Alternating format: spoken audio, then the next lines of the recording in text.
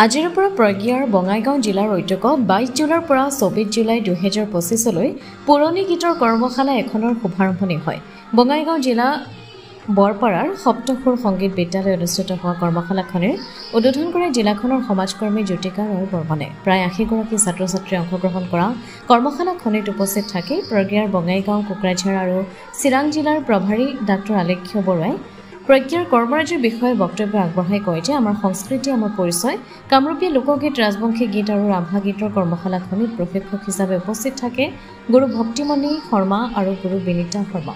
অহা 24 জুলাই কৰ্মশালাখনিৰ সামৰণি পৰিব।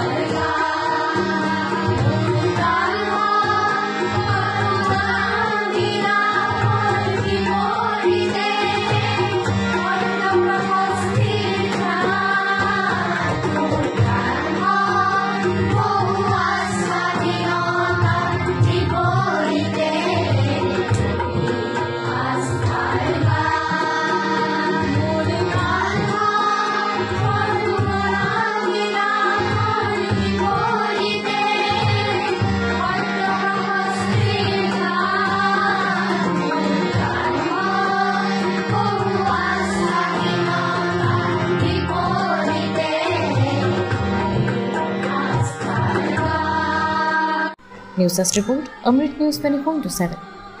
অমৃত প্ৰবাহ অসমীয়া সাপ্তাহিক কাকতৰ ডিজিটেল সংস্কৰণ অমৃত নিউজ, সত্যৰ সন্ধানত অমৃত নিউজ।